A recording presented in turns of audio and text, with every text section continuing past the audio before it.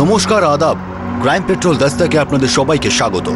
আজকে আমরা আপনাদের দেখাবো ভাটিন্ডা রেপ কেসের তৃতীয় তথা শেষ ভাগ, যে তাদের উস্কানির ফলে তার সঙ্গে গ্যাং রেপ হয়েছিল। সোনিয়ার কথা অনুযায়ী তার কারণ ছিল বদলা। তদন্ত যেমন যেমন এগোতে থাকে ততই একের পর এক পর্দা উন্মোচিত হয়, আর সামনে আসে পারস্পরিক দ্বন্দ্বের একটা খুব জটিল জাল। স্যার, ওই যে হংসরাজ আর রঞ্জিত দুজনেরই ফোন বন্ধ, আর দুজনের ঠিকানাও ভুয়ো। এবার তো এটা পরিষ্কার যে কেউ গল্প বানাচ্ছে, মিথ্যে ঘটনায় সাজানো একটা গল্প।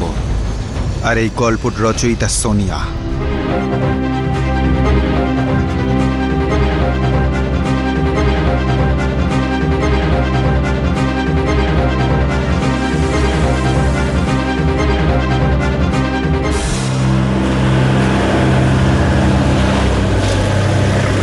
সেলাম সাহেব।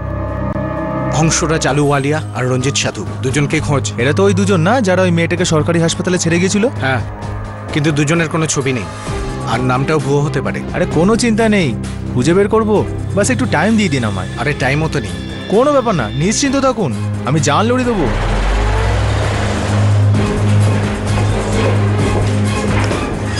হংসরাজ আলুওয়ালিয়া আর রঞ্জিত সাধু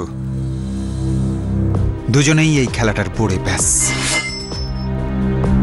স্যার, এর আগেও একবার গৌরব আর সোনিয়া মিলে যে চালাকির সাথে রেশমিকে খুন করার প্ল্যান করেছিল, ওটা দেখে তো মনে হচ্ছে এবারেও কোনো খেলা চলছে। যদিও সোনিয়া বলছে যে গৌরবের ওই ষড়যন্ত্র সামিল ছিল না। একজন ডাক্তার আর একজন নার্স, দুজনেরই মেডিকেল নলেজ ভালো, সেটাকেই ব্যবহার করেছিল। স্যার, হয়তো এবারেও তাই করেছে, কিন্তু প্রবলেম হলো সোনিয়ার মেডিকেল রিপোর্ট তো আর নকল নয়। যদি ওর সাথে যা ঘটেছে সেটা একটা নাটক হয়, তবে সেই নাটকের কাহিনী খুব বুঝে সুঝে লেখা হয়েছে। যদি এর প্লটটা আমরা বুঝতে চাই, তাহলে আমাদের একটু পিছনে ফিরে দেখতে হবে। 17 জানুয়ারি দুপুরবেলা আমি বাতিন্ডা থেকে রওনা দিই। চণ্ডীগড়ে জব ইন্টারভিউ ছিল একটা প্রাইভেট হসপিটালে। স্যার, সোনিয়া বলেছিল সেদিনও চণ্ডীগড়ে একটা হসপিটালে ইন্টারভিউয়ের জন্য যাচ্ছিল।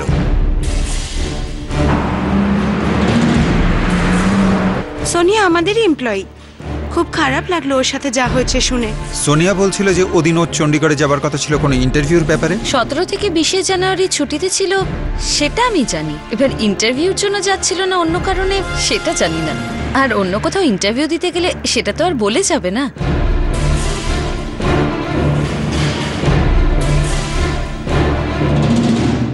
আপনারা আমার সব সত্যি কথাগুলোকেও সন্দেহ করছেন? না, আপনার কথাগুলো যে সত্যি সেটা প্রমাণ করার চেষ্টা করছি।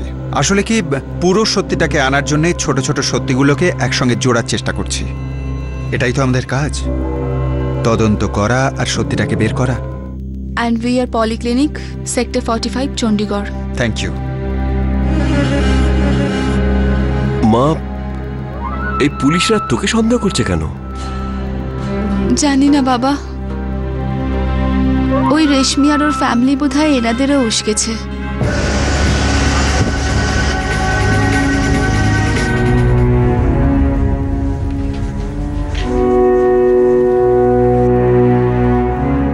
জানি না ও কেন আমার মেয়ের জীবনটা নষ্ট করতে চাইছে। আমি তো কিছু বুঝতে পারছি না সাবিত্রী। ঠিক আছে, বিয়ে করেছিস, পোষায়নি তো পোষায়নি। একজন আরেকজনের মুখ দেখতে চাস না তো ঠিক আছে, একজন আরেকজনকে ঘৃণা করতিস, সম্পর্ক ভেঙে দিতিস, মিটে যেত ব্যাপারটা। কিন্তু কারোর সঙ্গে এইরকম শত্রুতা একেবারে শেষ করে দিবি? আরে ভগবানকেও ভয় পায় না এরা। যুগটাই পাল্টে গেছে সাবিত্রী, এখন কে আর ভগবানকে ভয় পায়? নতুন যুগের নিয়ম তো এটাই যে ঘৃণাকে মেরো না, বরং যাকে ঘৃণা করো তাকেই মেরে ফেলো।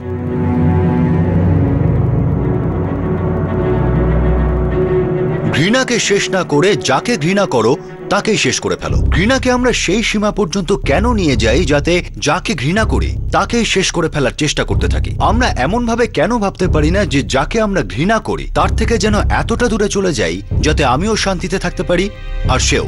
যে রাস্তা অন্যকে ধ্বংসের পথে নিয়ে যায়, আমরা নিজেদেরকে এটাও জেনে সেই রাস্তায় কেন নিয়ে যাই যে তাতে আমাদেরও ক্ষতি হতে পারে? কেন সেটা ভুলে গিয়ে আমরা আমাদের জীবন নতুন করে শুরু করি না? আমরা নিজেদের নেচারে সব থেকে সেন্সিটিভ প্রাণী বলে মনে করি, কিন্তু এই ধরনের ঘটনায় আমরা কেন এরকম ইনসেনসিটিভ হয়ে যাই?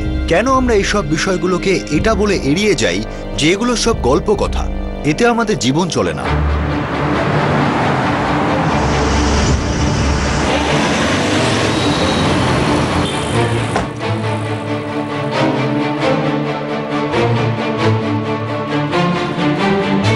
আগে হ্যাঁ, 17ই জানুয়ারি সোনিয়া সিং এর ইন্টারভিউ ছিল। ডিরেক্টরদের সঙ্গে ওর অ্যাপয়েন্টমেন্ট করা ছিল। এতে দেখছি সোনিয়ার সব কথাই সত্যি। হতে পারে এটাও প্ল্যানেরই অংশ। একা এত বড় প্ল্যান শক্ত আছে। গৌরব তো জেলে, নাকি ও রয়েছে? সোনিয়া বলেছিল যে গৌরবের সাথে সম্পর্ক ভেঙে দিয়েছিল যখন ও জানতে পারে গৌরব বিবাহিত।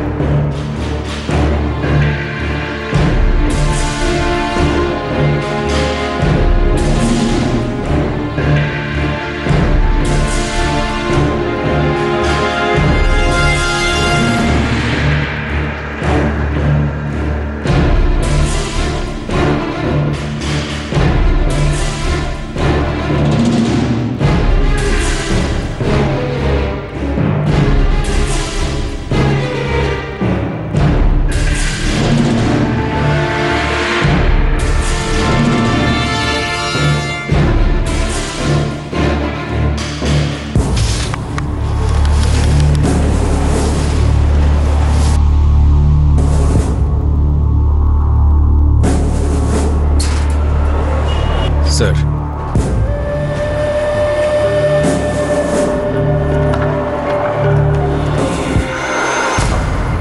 2রা জানুয়ারি সোনিয়া এসেছিল দেখা করতে। ঘটনার 2 সপ্তাহ আগে।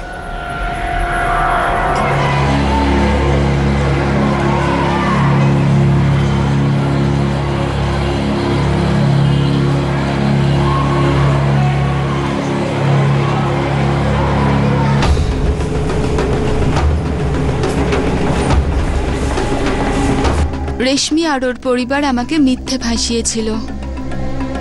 আমি ওনাদের জন্য জেলে গিয়েছিলাম, আর আমি যখন জামিনে ছাড়া পাই একবার গৌরবের সঙ্গে দেখা করি, সেটাও মনুষ্যত্বের খাতিরে বা সহমর্মিতাই ধরে নিন। মনুষ্যত্বের খাতিরে? তাও ওই ভয়ঙ্কর ঘটনার মাত্র 2 সপ্তাহ আগে? কি এমন ব্যাপার? কিসের এমন সহমর্মিতা ছিল? আপনারা আমাকেই কেন সন্দেহ করছেন? কেন বারবার আমাকে মিথ্যেবাদী প্রমাণ করতে চাইছেন? বলাৎকার আমার হয়েছে, নিপীড়িত আমি, আর আপনারা আমাকেই সন্দেহ করছেন। এবার বুঝতে পারছি যে কেন পুলিশের কাছে মহিলারা সাহায্য চাইতে যায় না, কেন পুলিশরা থাকা সত্ত্বেও নিজেকে সুরক্ষিত মনে করে না। কারণ যদি কখনো কোনো মহিলার সাথে দুর্ঘটনা ঘটেও যায় না, তাহলে পুলিশরা তাকেই অভিযুক্ত মনে করবে। পড়েছি আমি নিউজ পেপারে যে কতটা ইনসেনসিটিভলি আপনারা রেপ ভিকটিমের সাথে ব্যবহার করেন। দেখুন মিস সোনিয়া, আপনাকে সন্দেহ করছি না, আপনাকে দোষী সাব্যস্ত করারও চেষ্টা করছি না। আমরা ছোট্ট ছোট্ট সত্যিগুলোকে জুড়ে একটা ছবি তৈরি করতে চাইছি। এটাই তো আমাদের ডিউটি। যে 2জন মহিলার নামে আপনি অভিযোগ করেছেন তারা সেই সময় ওখানে ছিল না, তার প্রমাণ আমাদের হাতে আছে। আর যে 2জন পুরুষ আপনার উপর অত্যাচার করেছে তাদের কেমন দেখতে আপনি বলতে পারছেন না। এবার আপনি বলুন, এর থেকে সত্যিটা কি করে পাবো? আমাদের কাজ হলো তাদের খুঁজে বার করা যারা আপনাকে রেপ করেছে। যদি আপনি ওই মহিলাদের বিরুদ্ধে কোনো প্রমাণ না খুঁজে পান, তাতে আমি কি করতে পারি? আমি সাক্ষ্য দিচ্ছি, আমি দেখেছি ওদের, কিন্তু আপনাদের আমার কথায় বিশ্বাস নেই। তাহলে কি আপনারা এটা খুঁজছেন যে আমার সাথে আদৌ অন্যায় হয়েছে কিনা? আপনি ভাবলেন কি করে যে কোনো মহিলা নিজের বিরুদ্ধে এসব জঘন্য কাজের মিথ্যে কথা বলবে?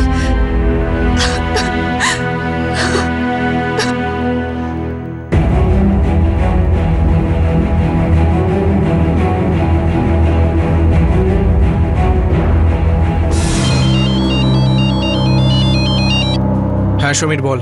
স্যার, ভাতিন্ডার চণ্ডীগড়, লুধিয়ানা, জলন্ধর আর ফিরোজপুর সব জায়গায় খোঁজ নিয়ে ফেলেছি আমি। কাজের কথা বল, ওই দুটোর কোনো খবর পেলি? স্যার, ফটো তো নেই, কিন্তু নাম থেকে জানা গেছে যে হংসরাজ আর রঞ্জিত নামে 2জন লোক আছে। আরে দাগি আসামি স্যার, চড়স আর গাছের ধান্দা করে।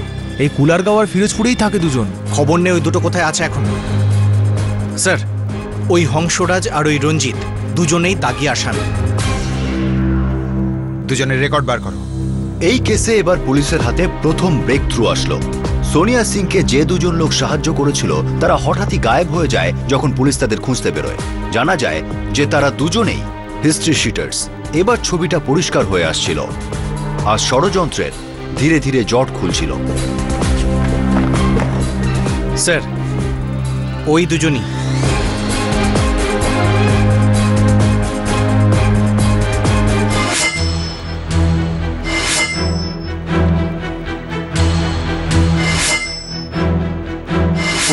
ডিসেম্বর 2012 দুজনেই রেহাই পায় অবহর জেল থেকে।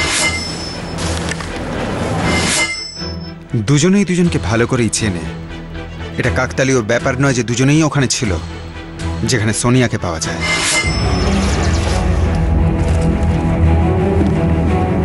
আর এটাও কাকতালীয় নয় যে এরাই দুজন সোনিয়াকে হাসপাতালে নিয়ে যায়। শোনো, হংসরাজ, রঞ্জিত আর সোনিয়া, এদের তিনজনের কল রেকর্ডস চেক করো স্যার। আর খোঁজ নাও 20 জানুয়ারির আগে এরা কতবার কথা বলেছে। এবার সোনিয়াকে কিচ্ছু জিজ্ঞেস করবো না, আগে পুরো ব্যাপারটাকে গুছিয়ে নিই, তারপর সোনিয়ার মুখোমুখি হওয়া যাবে। হ্যাঁ, ঠিক আছে স্যার। হংসরাজ আর সোনিয়ার মধ্যে 31 ডিসেম্বর কথা হয়েছিল। 31 ডিসেম্বর? জেল থেকে বেরোনোর দুদিন পরে?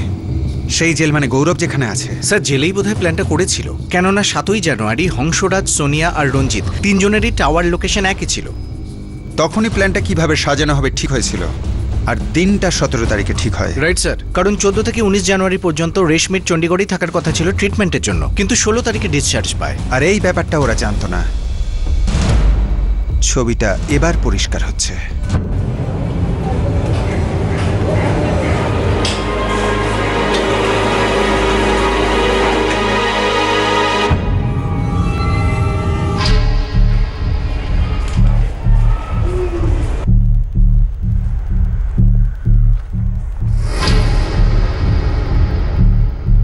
সেল নাম্বার 28 এর কয়েদি ছিল গৌরব সিং, হংসরাজ আর রঞ্জিত সাধু।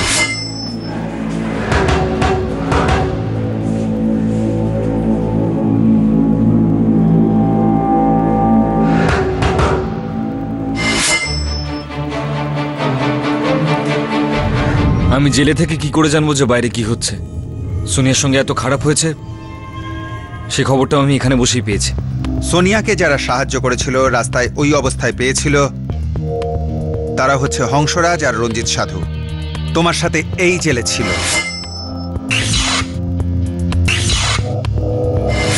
তাতে কি? এর থেকে কি প্রমাণিত হয়? এই কথাটা সত্যি যে ওরা আমার সেলেই ছিল, কিন্তু 29 ডিসেম্বর ওরা ছাড়া পেয়ে যায়, আর তারপর থেকে ওদের সঙ্গে আমার যোগাযোগ হয়নি। স্যার, আপনি খামোখা আমাকে এই ষড়যন্ত্রে জড়াচ্ছেন। সোনিয়া তো এসেছিল দেখা করতে 2 জানুয়ারি। হ্যাঁ, এসেছিল স্যার, কিন্তু ওর সঙ্গে হওয়া দুর্ঘটনার সঙ্গে এর কি সম্পর্ক স্যার? আপনার কি মেয়েটার জন্য একটু আফসোস হচ্ছে না, যার উপরে এত বড় অত্যাচার হয়েছে? Excuse me sir.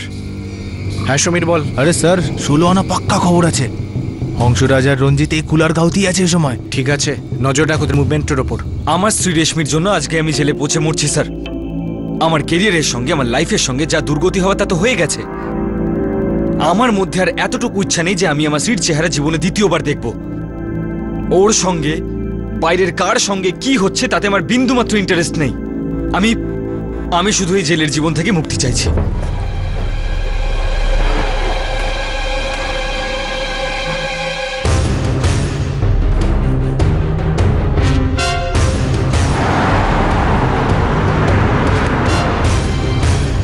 এবার তোতা পাখির মতো পুরো ঘটনাটা ওরা দুজন বলবে। সত্যি আর বেশি দূরে নয়।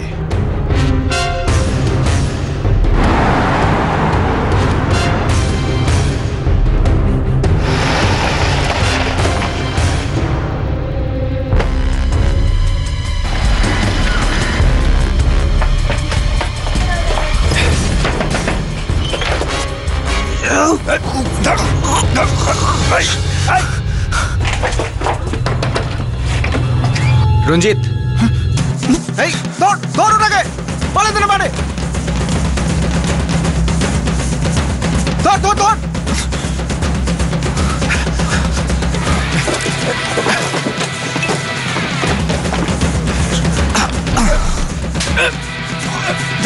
চল, ধর রঞ্জিত, দাঁড়া।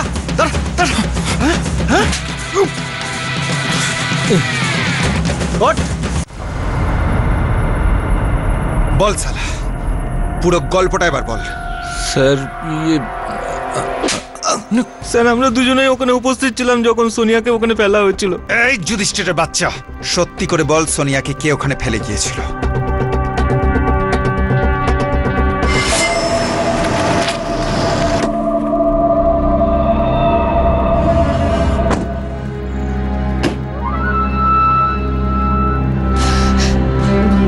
তুমি যাও আর হংসরাজকে পাঠাও, আমি এখানে কিছুক্ষণ পরে থাকবো। যাও যাও যাও।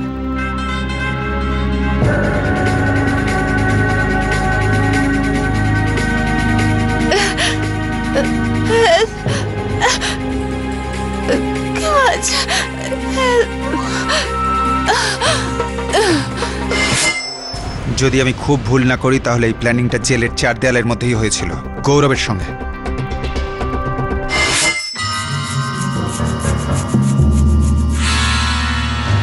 ভাই বহুত বামাল হয়েছে দিল্লিতে, মানুষজন রাস্তায় নেমে পড়েছে। আগুন লেগে যাবে আগুন, তুই দেখে নিস এই লোকগুলোর ফাঁসি হবে ফাঁসি। জানুয়ারির থেকেও খারাপ কাজ করেছে, ছেলেটা মেয়েটাকে রাস্তায় ফেলে দিয়েছে মরবার জন্য। আর ঘটনাটা এমন ঘটেছে যে সবার হাতে ঘা লেগেছে। আরে গ্যাং রেপের কেস যে রে।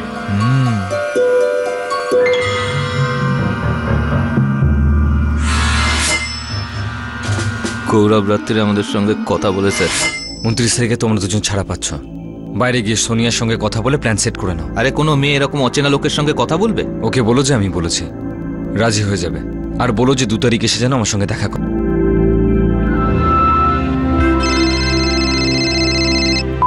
হ্যালো, আমার নাম হংসরাজ। হ্যাঁ, তো আমার সাথে কি দরকার? গৌরব বলেছে আপনার সঙ্গে কথা বলতে, আর তাড়াতাড়ি।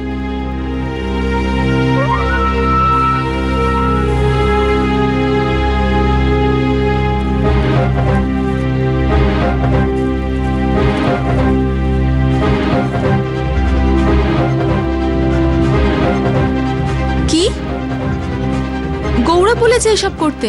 ঠিক তাই, আমরা 3 জন ওই জেলের একই সেলে থাকতাম। আর ও আপনাকে 2 তারিখে দেখা করতে বলেছে। রাজি থাকলে 7 তারিখে দেখা করছি, এর মধ্যে কোনো ফোন কল নয়, এই সময় এই জায়গাতে, 7ই জানুয়ারি। আর 2 তারিখে ও গৌরবের সঙ্গে দেখা করে, আর 17ই জানুয়ারি তোমরা প্ল্যান মাফিক গেলে।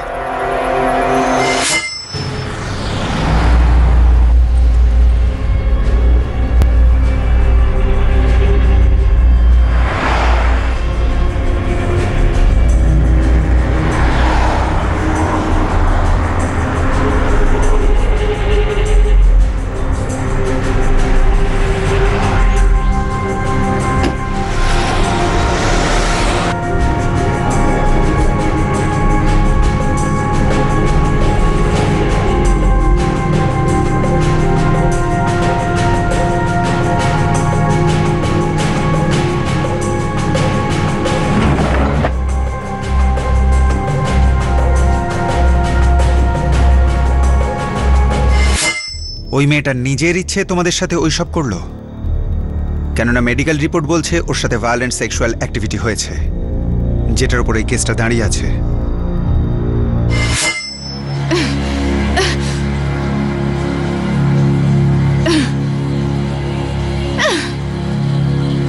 রঞ্জিত, সবার আগে রাস্তায় তুমি আমাকে ছাড়বে।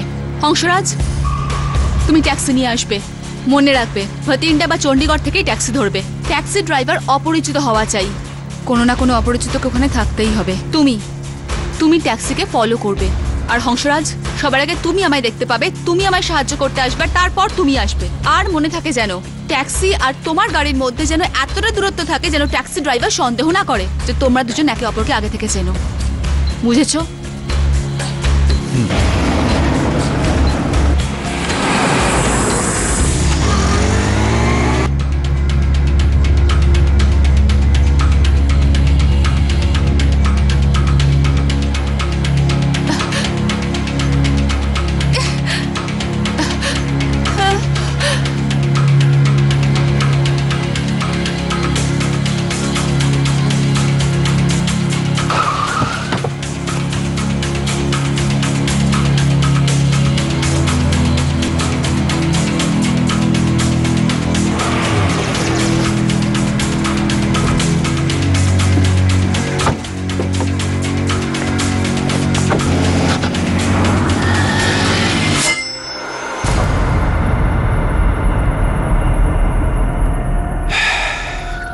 ভয়ঙ্কর মেয়েটি।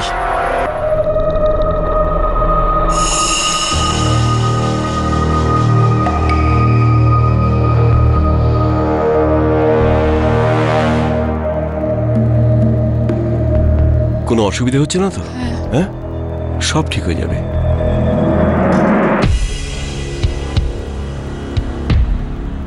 মিস সোনিয়া, আপনাকে একটু পুলিশ স্টেশনে যেতে হবে। আপনি সুস্থ হয়ে গেছেন, কিছু ফর্মালিটিস বাকি রয়ে গেছে। পুলিশ স্টেশন কেন? এফআইআরটা ঠিক করে লেখাতে হবে। চিন্তা করবেন না, এবার আপনাকে কোনো প্রশ্নই করব না, আই প্রমিস।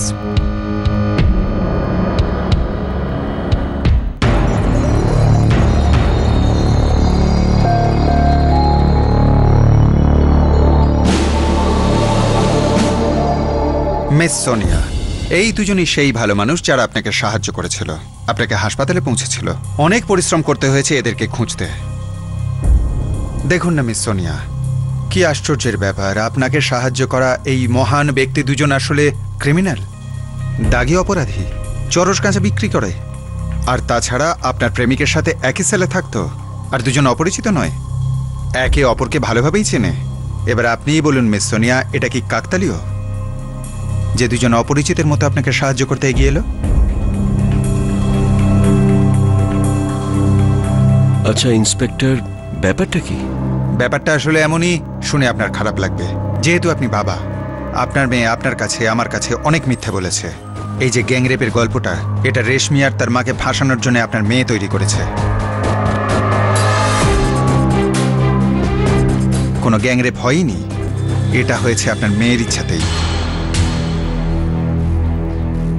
এই যে দুজন মহান ব্যক্তি রয়েছেন না, এরা দুজন তোমার পুরো প্ল্যানটা আমার কাছে খুলে বলে দিয়েছে। একটা ষড়যন্ত্র, যার প্ল্যানিং গৌরব করেছিল আর পরিণাম তুমি দিয়েছিলে। আমাদের কাছে এর পুরো প্রমাণ আছে যে তোমার সাথে যেটা ঘটেছে সেটা আদৌ কোনো ক্রাইম নয়, একটা প্ল্যান করা ষড়যন্ত্র।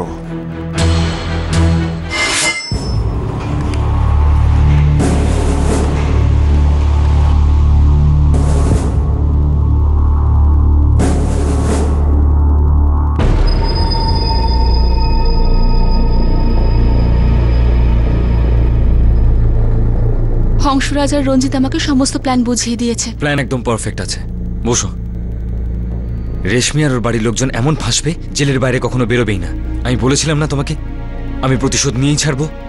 রেশমি আমাকে জেলে ঢুকিয়েছে, আমি ওকে জেলে ঢুকিয়েই ছাড়বো। কিন্তু আমার খুব ভয় লাগছে গৌরব, যেটা তুমি ভাবছো যদি সেটা না হয় তখন। আরে হবে, হবে, নিশ্চয়ই হবে, কেন হবে না? আমাদেরকে সবকিছু প্ল্যান মাফিক করতে হবে। ও প্রতি মাসে চেকআপের জন্য চণ্ডীগড় আসে, তুমি নার্স। তোমার পক্ষে এটা জানা অসম্ভব নয় যে ও জানুয়ারি মাসে কবে আসছে। তোমার সঙ্গে যখন দুর্ঘটনাটা ঘটবে তখন রেশমি আর তার মা চণ্ডীগড়েই থাকবে। ব্যাস, হয়ে গেল আমাদের কাজ। তারপর ভগবান ওদেরকে জেলে ঢোকা থেকে আটকাতে পারবে না। আরে আগুন লেগে যাবে পাঞ্জাবে, লোকজন রাস্তায় নেমে পড়বে। যখন তুমি এটা বলবে যে তোমার সঙ্গে যা কিছু হয়েছে তার জন্য দায়ী রেশমি আর তার মা সাবিত্রী, ওদেরকে জেলে যেতেই হবে।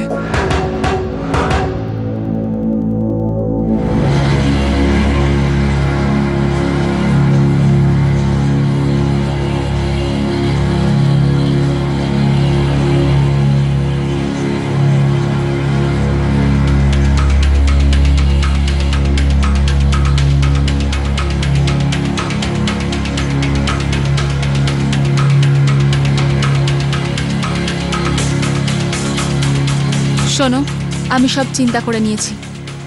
আমরা আমাদের প্ল্যানকে 17 তারিখ পরিণাম দেব। 17 তারিখ আমার চণ্ডীগড়ে জব ইন্টারভিউর জন্য অ্যাপয়েন্টমেন্ট আছে। আর ওই রেশমি 14 তারিখে চণ্ডীগড় আসছে। 20 তারিখ পর্যন্ত ওখানেই থাকবে ট্রিটমেন্টের জন্য। আর ওর মা ওর সাথেই থাকে। তোমাকে কোত্থেকে তুলবো? 31 সেক্টরের পাশের রোডে। ঠিক আছে, ওখানেই দেখা হবে। হ্যাঁ।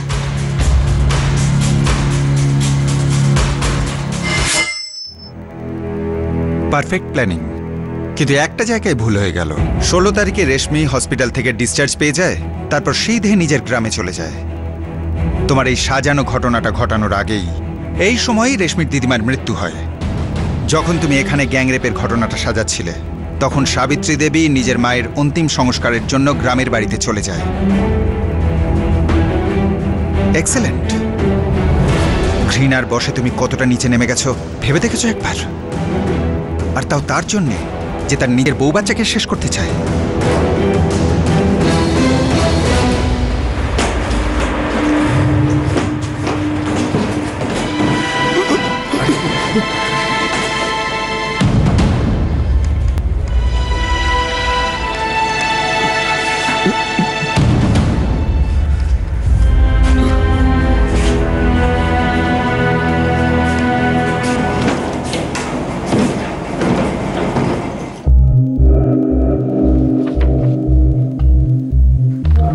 আমি এই ফাইলটাকে হেড অফিসে পাঠিয়ে দিচ্ছি, আর তারপরেই আমি ওই গ্যাং রেপের এফআইআরটাকে ক্লোজ করার ব্যবস্থা করছি। স্যার,